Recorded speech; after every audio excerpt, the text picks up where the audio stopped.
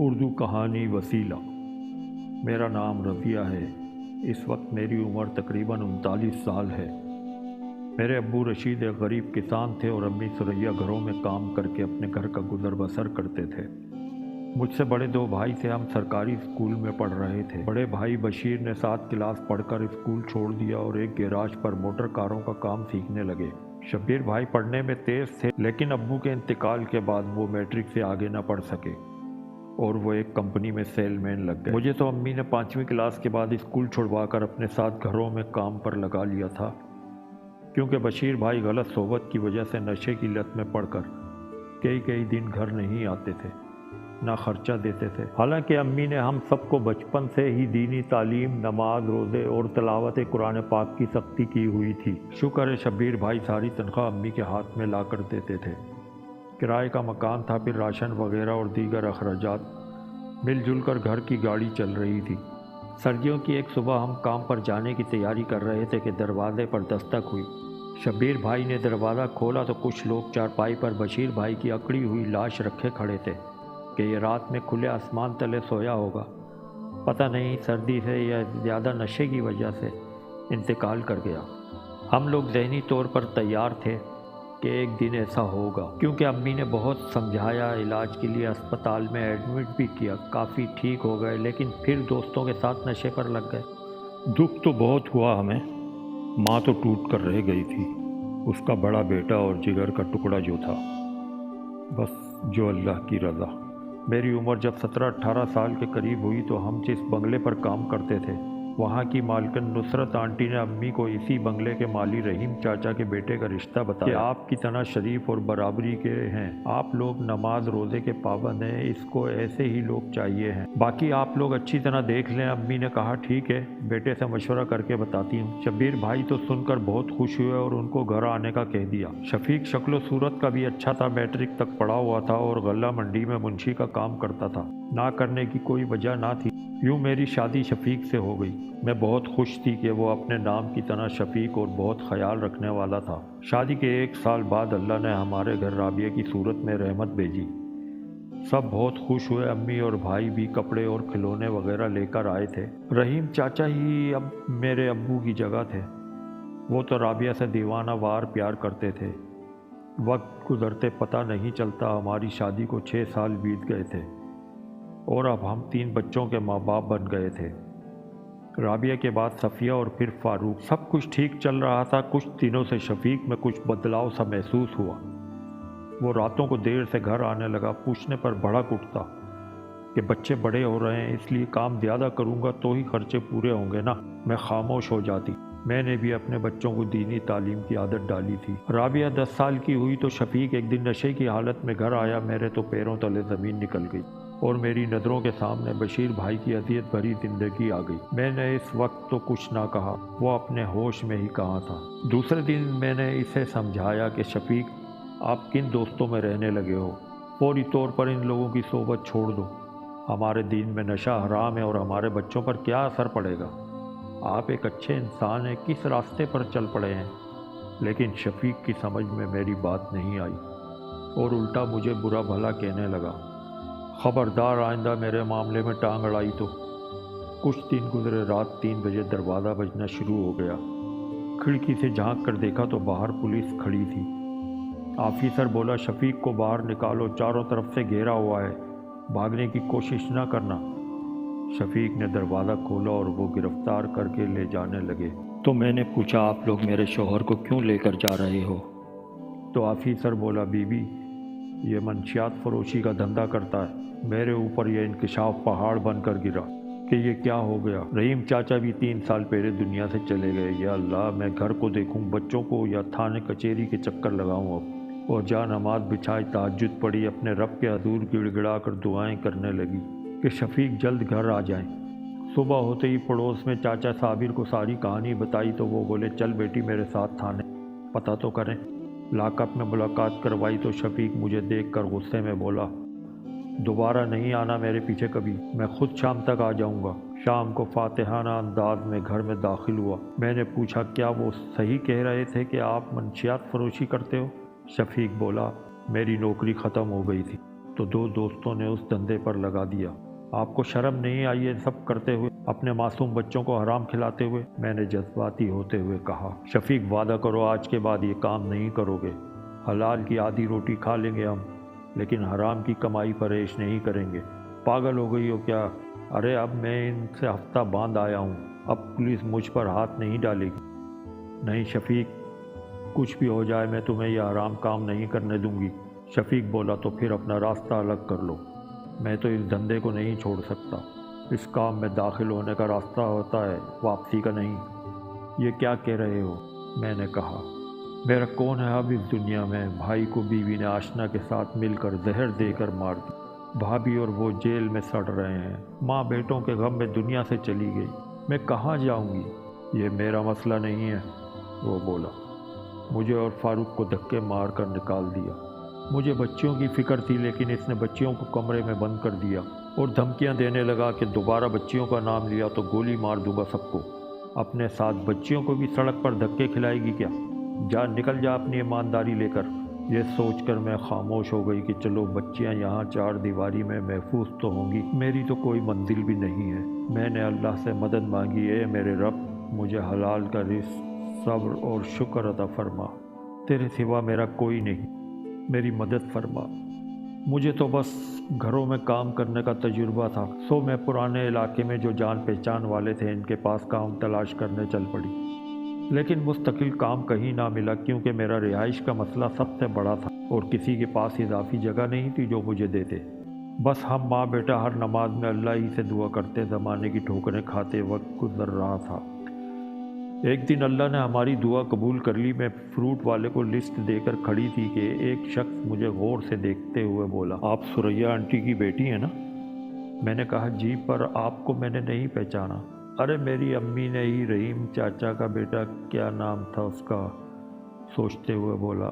میں نے پہچانتے ہوئے کہا، ارے آپ نصرت باجی کے بیٹے ناصر بھائی ہیں؟ وہ بولے جی بالکل۔ سریا آنٹی کیسی ہیں؟ میں نے تمام حالات بتائے تو وہ افسوس کرنے لگے اور ساتھ چلنے کو کہا۔ میں نے کہا ایڈریس دے دیں، ابھی مجھے سامان دینا ہے اور ان کو کام چھوڑنے کا بتانا بھی ہے۔ اچھا ٹھیک ہے، آپ کال کر دینا، میں لینے آ جاؤں گا۔ ایڈریس اور فون نمبر لکھ کر دے گئے۔ 2-4 دن بعد ان کو کام والی مل گئی تو میں نے کال کی۔ ناصر بھائی لینے آ گئے، انہوں نے ایک چھوٹا سا کمرہ ہمیں دیا اور کام پر بھی رکھ لیا۔ ان کی بیگم اور 2 بیٹیاں تھیں جو فاروق کی ہم عمر ہی تھیں۔ نصرت باجی کا بھی انتقال ہو گیا تھا۔ خیر کچھ سال ایسے محنت مشقت میں گزرے کہ اپنی زندگی کا ہوش ہی نہیں رہا۔ ناصر بھائی کی ساس آسٹریلیا سے ملنے آئیں تو ہمارے بارے میں پوچھا۔ جب کہانی بتائی تو بولی کہ اچھی بات ہے، پر دیکھو بیٹا، آپ کی بیٹیاں بھی اور یہ بچہ بھی جوانی کی عمر کو آ ہی گئے سمجھو، اب ساتھ رہنا کچھ مناسب نہیں ہے، باقی آپ کی مرضی ہے۔ میں نے کہا میں خود کوشش میں ہوں، الگ رہائش کر لوں، انشاءاللہ جلدی کوئی بندوبست ہو جائے گا۔ ناصر بھائی بولے رضیہ بہن پریشان نہ ہونا، آپ لوگوں سے ہمیں کوئی تکلیف نہیں، فاروق بہت سمجھدار بچہ ہے۔ میں نے کہا بھائی آنٹی بھی دین کے مطابق ٹھیک کہہ رہی ہیں، اللہ بہتر کرے گا۔ اگلے دن میں گھر کا سامان لینے یاسین بھائی کی دکان پر گئی تو بڑے مدرسے کے عالم صاحب ان سے گلے مل کر رخصت ہو رہے تھے۔ ان کے جانے کے بعد میں نے ان کو سامان کی لسٹ دی۔ ملازم سامان نکالنے لگا تو میں نے یاسین بھائی سے پوچھا کہ یہ عالم صاحب تو آپ کے اچھے جاننے والے لگتے ہیں۔ وہ بولے جی ان کے مدرسے کا سارا راشن یہیں سے جاتا ہے، تو بہت عزت کرتے ہیں ہم ایک دوسرے کی۔ تو یاسین بھائی میرا ایک کام کر دیں، اللہ پاک آپ کو اس کا اجر دے گا۔ میں نے ساری بات بتائی تو وہ بولے یہاں داخلہ تو دلوا دوں گا، پر رہائش مقامی لوگوں کو نہیں دیتے۔ بہرحال میں ظہر کی نماز پر جاؤں گا تو بات کرتا ہوں، جو بھی ہوا وہ لڑکے کو بھیج کر آپ کو پیغام پہنچا دوں گا۔ ان کے بچے نے آ کر بتایا کہ عصر کے وقت فاروق کو تیار کر کے دکان پر بھیج دینا، ابا ساتھ لے جائیں گے۔ میں نے اللہ کا شکر ادا کیا اور عصر کے وقت فاروق کو یاسین بھائی کے پاس بھیج دیا۔ واپسی پر فاروق نے بتایا کہ عالم صاحب نے خود میرا ٹیسٹ لیا اور خوش ہوئے، کل سے مدرسے جانا ہے، اور انہوں نے یاسین بھائی سے کہا ہے کہ کل رضیہ بہن کو بھی ساتھ لانا میرے پاس، آپ کو بھی چلنا ہے۔ ٹھیک ہے بیٹا، کچھ معلومات لینی ہوں گی، میں نے کہا۔ دوسرے دن یاسین بھائی اور میں مدرسے پہنچے تو عالم صاحب نے کہا بہن دیکھیں، ہمارے ادارے کا اصول ہے کہ یہاں صرف دوسرے شہروں کے بچوں کو رہائش ملتی ہے، اور آپ کا یوں غیر محرم کے گھر رہنا بھی اسلام کی روح سے ٹھیک نہیں ہے۔ تو اس کا حال یاسین بھائی اور میں نے مل کر سوچا ہے۔ پھر ان سے کہا کہ آپ ریسیپشن پر اکرم صاحب بیٹھے ہیں، ان کو لے کر آؤ۔ تھوڑی دیر بعد ایک شخص آیا، سلام کیا، عالم صاحب نے عزت سے بٹھایا اور بولے رضیہ بہن یہ اکرم بھائی ہیں، ان کی بیوی کئی سال پہلے اللہ کو پیاری ہو گئی تھی، میں کافی عرصے سے ان کو جانتا ہوں اور انہوں نے مجھ سے کسی شریف خاتون سے نکاح کرنے کی درخواست کی ہے۔ ان کا پلاسٹک کے برتنوں کا کاروبار ہے، خوشحال ہیں، آپ اچھی طرح دیکھ لیں، کچھ پوچھنا ہے تو پوچھ لیں، شرافت کی ذمہ داری میری ہے اور آپ کی ذمہ داری تو یاسین بھائی لے چکے ہیں، اگر نکاح کر لیں تو فاروق اور آپ عزت کی زندگی گزارو گے اپنے گھر میں۔ میں نے کہا یہ تو آپ لوگوں کی مہربانی ہے، میرے جیسی بے سہارا کے بارے میں سوچا، اللہ آپ کو اجر دے گا۔ مجھے شادی پر کوئی اعتراض نہیں ہے، پر یاسین بھائی کو یہ بتانا بھول گئی کہ شفیق نے لاکھ بولنے کے باوجود مجھے طلاق نہیں دی ہے۔ عالم صاحب بولے او ہو، طلاق کے بغیر تو نکاح نہیں ہو سکتا۔ اچھا دیکھو، طلاق کا عمل اللہ کا ناپسندیدہ ہے، اگر آپ کہیں تو ہم صلح کی کوشش کریں۔ میں نے کہا میں بچیوں کی وجہ سے کسی رشتہ دار کے ذریعے خبر گیری رکھتی ہوں، وہ حرام اور مجرمانہ کام کی دلدل میں دھنس چکا ہے جس کا میرے رب نے سختی سے منع فرمایا ہے، اسی لیے میں نے اس سے علیحدگی اختیار کی تھی، میں اس کے ساتھ حرام نہیں کھا سکتی تھی۔ ماشاء اللہ، بہت خوشی ہوئی سن کر۔ وہ بولے پھر آپ خلا کی درخواست دائر کر دیں، ہمارا وکیل ہے، بس آپ نے سائن کرنے ہیں، باقی ہم ساتھ ہیں، سب کام ہو جائے گا، آپ فکر نہ کیجیے گا۔ کارروائی ہوئی تو شفیق نے کہا خلا دے رہا ہوں اور ساتھ ہی بچیاں بھی لے جاؤ، دیکھتا ہوں کون شادی کرے گا تم سے جوان بچیاں دیکھ کر، ان کی شادی بیاہ کوئی آسان کام نہیں ہے۔ میں نے کہا جس نے بچیاں دی ہیں وہ ہمارا بازو بھی بنے گا، تم کیا جانو اس کی حکمت۔ اور یوں میں آج آزاد ہو گئی شفیق کے نکاح سے۔ بچیاں مجھ سے لپٹ گئیں اور اس دن بہت روئے ہم۔ جب سکون میں آئے تو میں نے کہا بھائی یاسین، اب میرا شادی کرنا ممکن نہیں، بچیاں شادی کے قابل ہیں، ان کی فکر کرنی ہے مجھے۔ عالم صاحب بولے بہن، اللہ کے ہر کام میں حکمت ہوتی ہے، ان بچیوں کی عمریں کیا ہیں؟ میں نے بتایا 18 اور 20 سال ہیں۔ ٹھیک ہے، وہ بولے۔ عدت گزرنے کے بعد عالم صاحب نے ایک دن سب کو بلایا اور بولے اکرم بھائی اور یاسین بھائی، آپ کے کوئی بھانجے بھتیجے یا اچھے جاننے والے ہیں جو شادی کے قابل ہوں تو بچیوں کے فرض سے بھی ادا ہو جائیں۔ تو اکرم نے جلدی سے کہا یہ بات ہے تو میرے دونوں بیٹے شادی کے قابل ہیں، چھوٹا امجد میرے ساتھ ہوتا ہے اور بڑا اختر وہ اپنی بیبی بابا سوٹ کی شاپ چلاتا ہے ماشاءاللہ، اور یہ بچہ فاروق سمجھو یہ میرا تیسرا بیٹا ہے۔ یاسین بھائی بولے بس کال کرو اور ان کو بلاؤ، نیک کام میں دیر کیا، سب ایک دوسرے کو دیکھ لیں، رضامندی ہو تو شریعت کے مطابق سادگی سے نکاح کر دیں گے۔ 2 گھنٹے بعد دونوں لڑکے آ گئے، ماشاءاللہ سلجھے ہوئے اچھے تہذیب یافتہ بچے تھے دونوں۔ بچیوں سے پوچھا تو وہ بولی جو فیصلہ آپ لوگوں کا ہو وہ منظور ہے، ہمیں کوئی اعتراض نہیں۔